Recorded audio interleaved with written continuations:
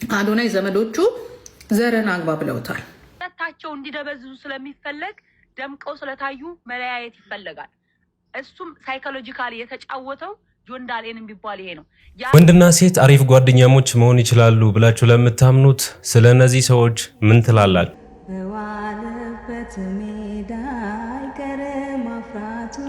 እንዲገለኝ ፈርሜ ገብቼበታለሁ የምትል አፍቃሪና የአዶናይና የጃኒ ጉዳይ በጣም መነጋገሪያ ሆነዋል።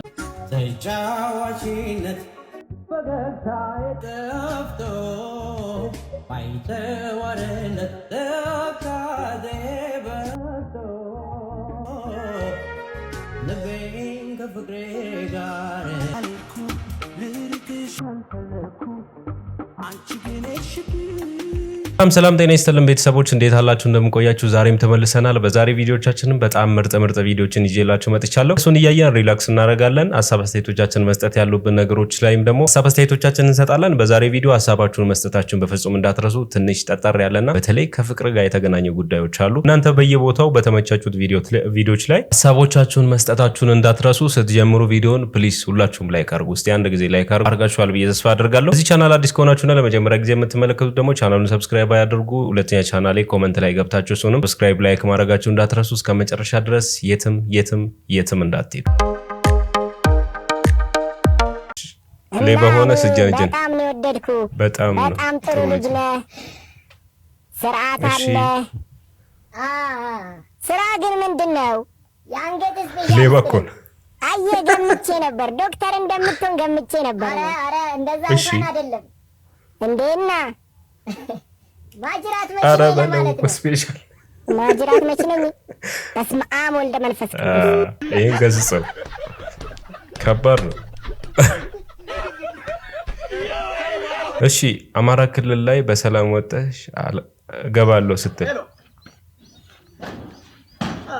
መጣው ወጣችኋል እናንተ ወጣችኋል? ኦ ማይ ጋድ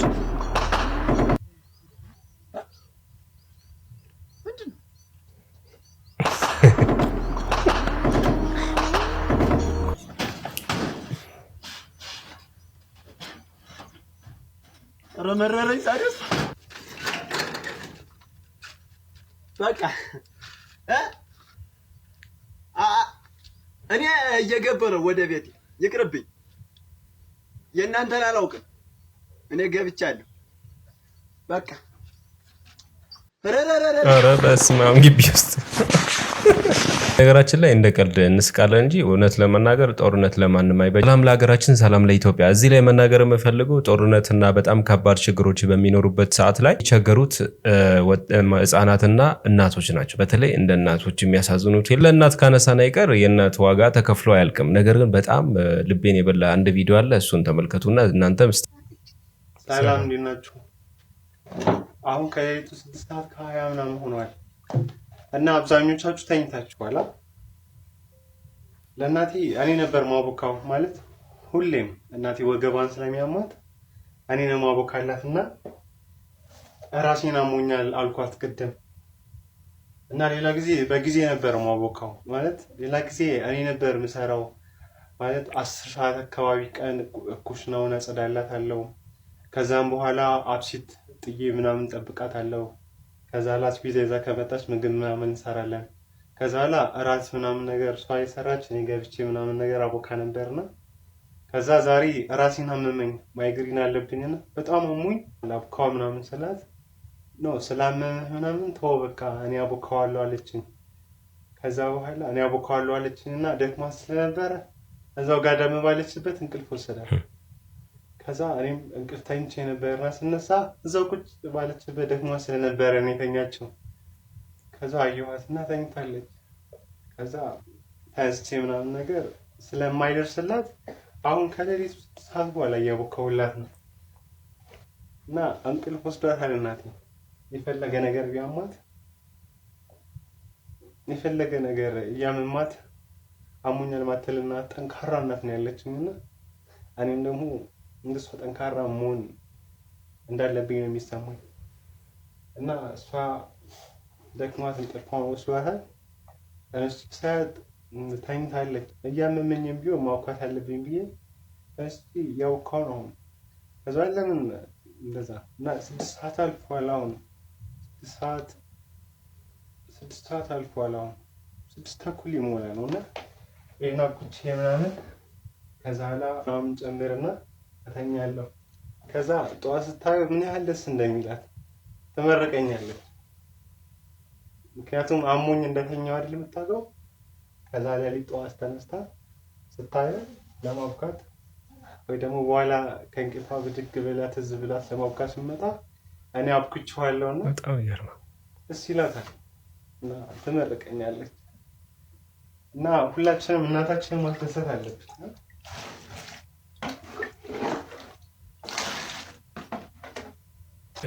ጀግና ወንድ። በነገራችን ላይ ልጅ ይወለድ፣ ግን እንደዚህ አይነት ልጅ ሲወለድ ደግሞ በጣም ደስ ይላል። በተለይ ወንድ ሆኖ ሴት ሆናችሁ እስቲ ራሳችሁን ጠይቁ። እዚህ ቦታ ላይ ራሳችሁን ማግኘት ወይ ደግሞ ማስቀመጥ ትችላላችሁ። ዳሽቦርድ ላይ ኮንዶም ማገኘው እንደሱማ ቢሆን ኪሪስማስ አድርጎኝ ነበር። አንቺ አሁን አይደል እንዴ ከ15 ቀን በፊት አይደል እንዴ አስቤዛ ስጠኝ ብለሽ የሰጠኝ?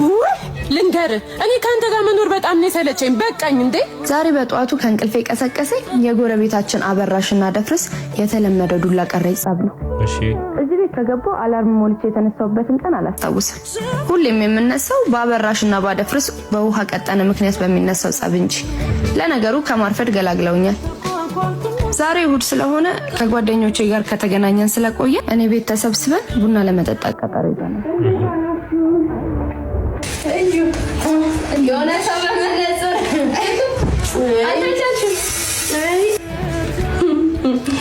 አዩዬ ወድጄ መስሎሻል? ዛሬ መጣሽ? ምችታ ጭራሽ የማይታይ ቦታ ስንትቶ የሚታየው መንፈስ ጀመረ እንዴ? እሱማ እንደለመደው የማይታይ አካሌን ነበር ሊመታኝ አሰበው። እኔ ግን ጭራሽ ዱላ ቀለብ አደረገው። ስልኮ ነው ድንገት አይኔን ያገኘኝ ማለት ቆይ ለምን አትፈጩ? እንዴት ብዬ ልፍታው? የሱ የኔ ቤተሰቦች እኮ በጣም ጥሩ ሰው እንደሆነ እኮ ነው የሚያስቡት። እሱ ሚችን ስለሚያውቃል እንዴ የሚታይ አካሌን ትቶ የማይታይ አካሌን የሚመታኝ እንጂ እንደሱማ ቢሆን ኪሪስማስ አድርጎኝ ነበር። እንኳ ያስቅም። መፍትሄ መፈለግ ነው ያለብን። ቆይ እስኪ ገልሽ ነው እንደምትጠብቂው? እስኪ ተይኝ። ማሽን ለውስጡ እያረረ ውጪ ስቃል አሉ። አሬኒን ብታዩት አብረን ከተኛን ራሱ ስንት ዘመናችን። በቃ ከጓደኞቹ ጋር ሲጠጣ ድሮ ይመጣ ጭራሽ ብሎ ከዚህ ጋር ይሹ ምን ጎደለብሽ ወድሽ ከሞላ እና ዝም አልሽው? ምን አማራጭ አለኝ? በጣም እኮ የትልቅ ድፍረት እኮ ነው። ኧረ ተይኝ እስኪ በእናትሽ። አሁንም ቀድሞ ቤት ከገባ ይገልኛል በይል ይሻላል እንዴ? መች መጣሽና? አሁንም ከምቀር ብዬ ነው የመጣሁት። እሺ ቢያንስ ቡና ጠጥተሽ ትሄጃለሽ። እቤት ከሚጠጣው ቡናው ቢቀር ይሻለኛል እናቴ። እሺ ቆይ ልሸኝሽ።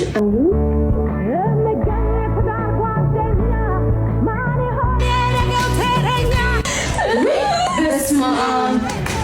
እሺ ደግሞ አንቺ ምን ሆንሽ? ምንድነው እንዲህ በቢጃማ አስሩጣ መጣሽ? ዛሬ እናቴ መኪና ሳትፍ እኔም ብሎ ሮማንቲክ ዳሽቦርድ ላይ ኮንዶም አገኘው። እሱ ይገርማችሁ ደግሞ የከስተመር ነው አለኝ። መኪናውን ወደ አልጋ ቤትነት መቀየሩን አልነገርሽንም? ዳጂ ደግሞ አታብሽብኝ። ቆይ ለምን አትፈቺውም? ደግሞ ካለሱ እንዴት ብዬ ነው የምኖረው? እየተቃጠልኩ ብኖር ይሻለኛል። ወደሽ ከተደፋሽ ቢረግጥሽ አይቷል። በይበት ተዩት አትፍረጂ። አይ እንግዲህ ነገ ጠዋት ሚስትና ልጁን አምጥቶ ያስተዋውቅሻል። የራስሽ ጉዳይ። እንዴት በይጉሽ ነገ የሚደርሳል እኮ እሱ ውስጥ ነው እኮ ነው የሚጫወትብኝ እኮ።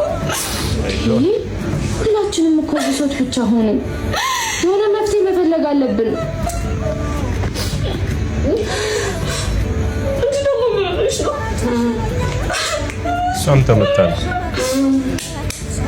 ደብድቦኝ ከእናንተ ስትዳር የኔ ሲንግልነት በስንት ጣሙ አለብኝ። ተቆጪ ገላማጭ የሌለብኝ ከቀን ወደ ቀን የትዳር ፍራቻ እየጨመረ የመጣው በጓደኞቼ ትዳር፣ በጎረቤቶቼ አደፍርስና አበራሽ ማህበራዊ ሚዲያ ላይ በሚሰሙት ይመስለኛል። ከጦር ከመሳሪያ ሁሉ ምን ትፈሪያለሽ ብባል ትዳር የምሉሉ ይመስለኛል። እንዴት ነው የማገባው? ለነገሩ በዙሪያ ያሉት ሁሉ ትዳር ባይሳካላችሁ ሁሉም አንድ ነው ማለት አይደለም። ምናልባት ከጓደኞቼ ዘገየሁት ወንድ አጥቼ ሳይሆን ባል፣ ለልጆቼ አባት፣ ለቤቴ ራስ የሚሆኑን እስካገኝ ይሆናል። ምን ይታወቃል? ከፈጣሪ የሆነውን ሰጥቶኝ የትዳር ምሳሌ ሊያደርገኝ ቢሆንስ?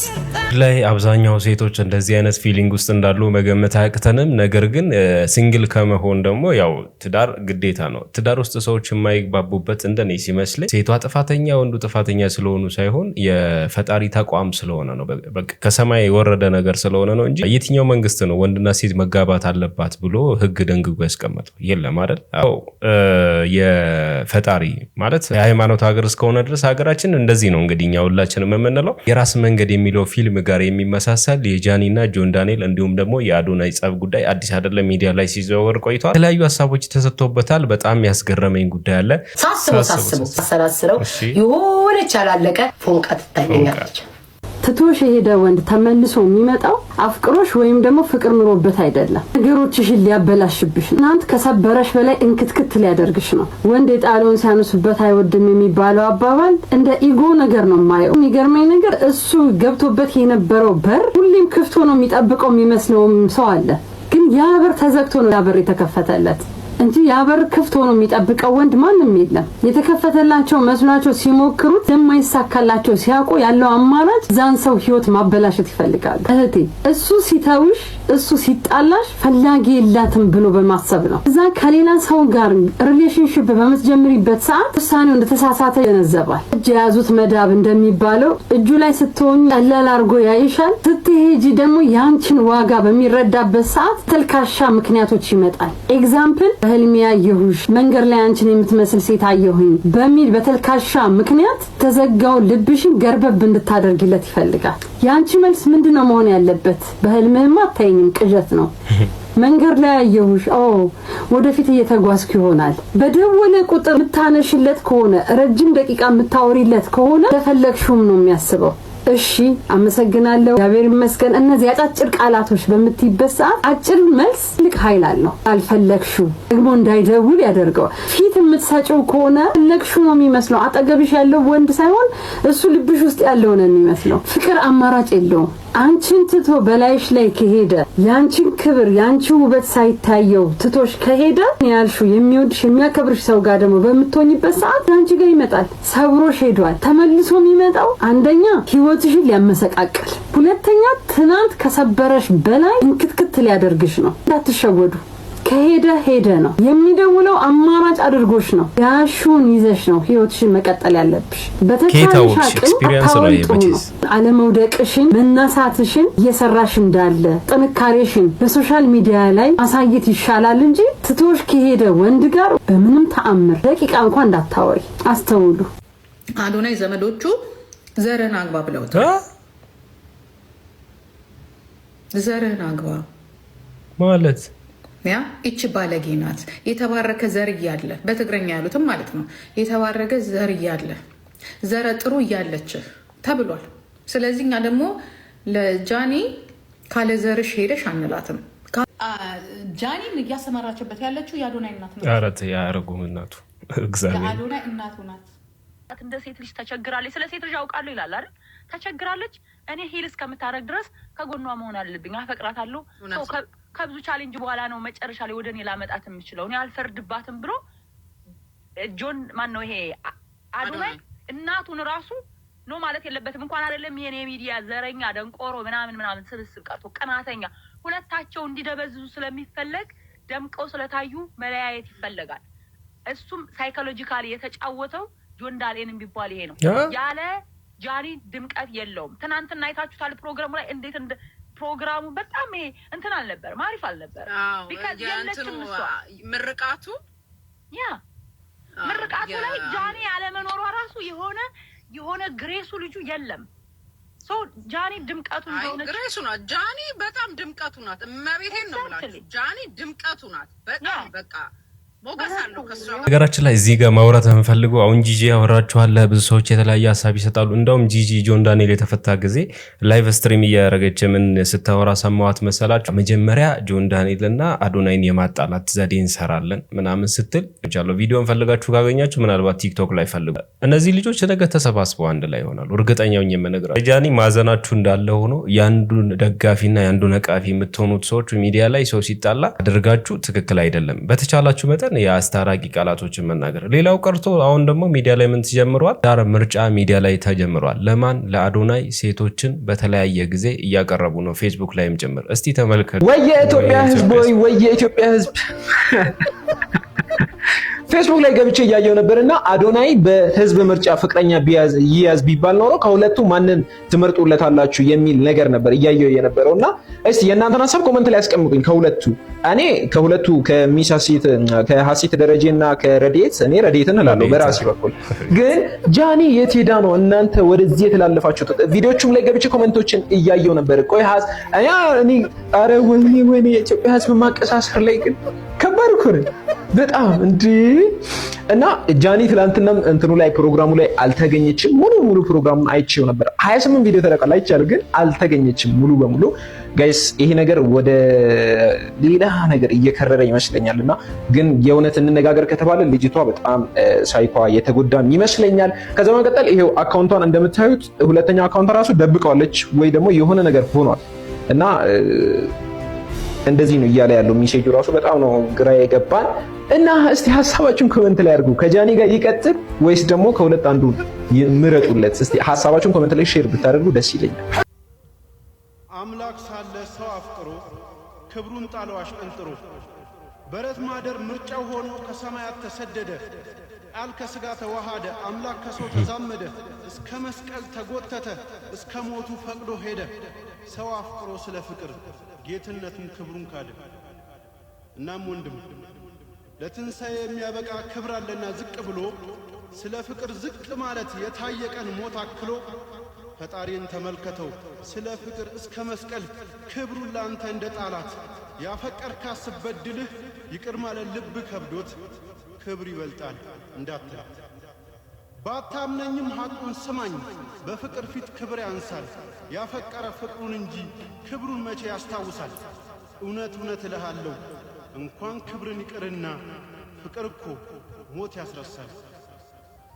በፍቅር እናምናለን። ነገር ግን ቅድም ነግሬያቸዋለሁ፣ ለአዶናይ የተለያዩ ሴቶችን ለትዳር የሚያቀርቡ ሰዎች የግድ አዶናይ በቃ ያለ ሴት መኖር አይችልም ማለት ፈጣሪ ካልሰጠው በስተቀር ፍቅር ካላገናኛቸው ካልተግባቡ መኖር አይችልም ያለ ሴት። አንድ ሁለተኛ ደግሞ እነዛ ሰዎች ለምርጫ የቀረቡ ሴቶች ነፃ ፈቃድ የላቸውም ወይ? የራሳቸው ፍላጎት አይታይም? እነሱ አሁን እንደዚህ የምታወሩ ሰዎች የሴት የበታችነትን በጣም እያወጃቸው እንደሆነ ይሰማኛል። ተመራጭ ከሚሆኑ እነሱስ መራጭ አይሆኑም ወይ? ደግሞ የእነሱ ፍላጎትስ መሰማት የለበትም ወይ? ከዚህ ጋር ተያይዞ እንደ ቀልድ ማውራት የለባችሁም። የሴትን ማለት የበታችነት እያወጃችሁ እንደሆነ ይሰማኛል። አስተሳሰባችንና ንግግሮቻችንን ማስተካከል አለ። በነገራችን ላይ የዞር ዞር እያልኩ የድሮ ቪዲዮችን እያየሁ ነበርና ሰው ከተሰማራ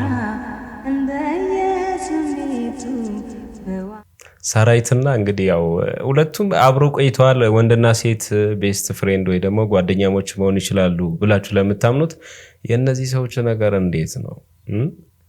ወይስ የደበቁን ነገር አለ አያስብልም? ማለት እንግዲህ ከዚህ ጊዜ ጀምሮ ነው እስከ ዛሬ ድረስ ከምንወዳቸው ድረስ ሁላችንም የደረሱትና ሙሉዓለምና ሰራዊት ፍቅሬ እንዴት ይታያል ይሄ ነገር? ወንድና ሴት ቤስት ፍሬንድ መሆን ይችላሉ አይችሉም ትላላችሁ እናንተ? ጥያቄውን ለማቅረብ ያክል ነው፣ ሌላ ነገር አላልኩም።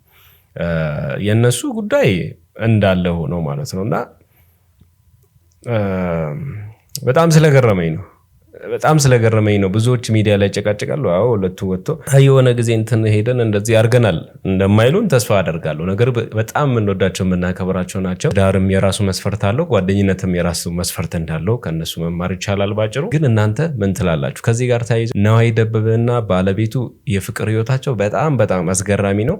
በተለይ የነዋይ ሚስት እኔ ለመሞት ፈርሜ የገባውበት ትዳር ነው ስትል ተደምጣለች። ነዋይ በር ቆልፍባት እንደነበር ታውቃላችሁ? ማለት በር ትቆልፍባን ነበር። አስቲያትሮች ሲመጡ ማንም እንዳያያት ፈልገ በር ትቆልፍ ነበር። ቅናት በጤነች እንግዲህ በጣም አለግባዛው እኮ አይ ስለጀመርከው ነው በአስቴር ስለጀመርከው ወደዚያኛው ወደማቀው ልምጣ ነው በልክሻ እዚህ ላይ የኔስ ምልክቶች የት ተነክሰው ነበር። አስቴር ከበደ ምንዋይ እንዲገለኝ ብዬ ፈርሜ ነበር ስትል ተደምጣለች። ይቀጠቅጠኝ ነበር። ተሰባስበን እያወራን እያለ ድንገት ፀሐይ እና እሱ ማታ ይመጣሉ ከእንግዶች ጋር ነው መሰለኝ አምሽተው።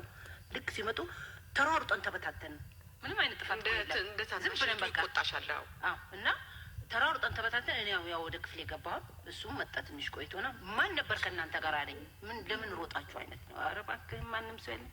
እንዴት ይመን በቃ እንዳልነበር አረጋኝ ነው እንዴ ፊቴ በቃ እንደበነደሽ አባበጠው።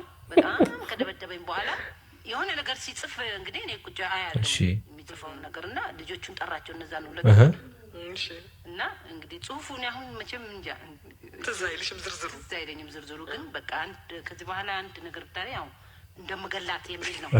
ገባች ያስፈረማቸው እነሱም በሰው ህይወት መፈረማቸው በዛን ሰዓት ልጅነቴ በሰው ህይወት ሆኖ እንግዲህ እስካሁን የዘለቀ ፍቅር አላቸው። በጣም ደስ ይላል።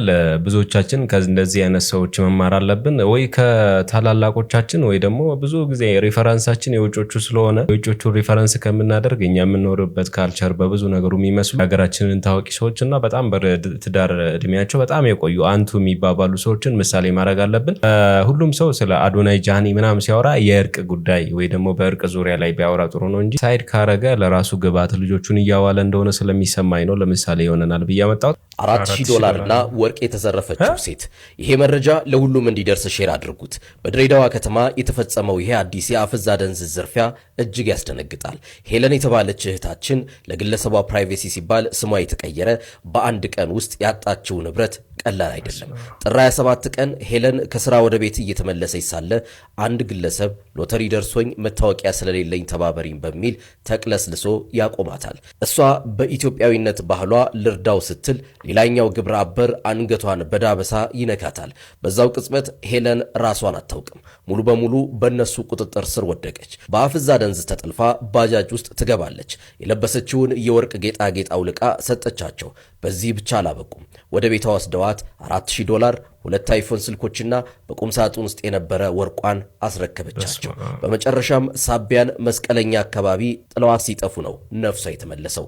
ሄለን እሪታዋን አቀለጠችው። የድሬዳዋ ፖሊስ ግን አልተኛም። ኢንስፔክተር ተመስገን ተሰማ ባዋቀሩት የምርመራ ቡድን በዛው ሌሊት ባደረገው ኦፕሬሽን 5ቱንም ዘራፊዎች ተከራይተው ከነበሩበት ቤት በቁጥጥር ስር አውሏቸዋል።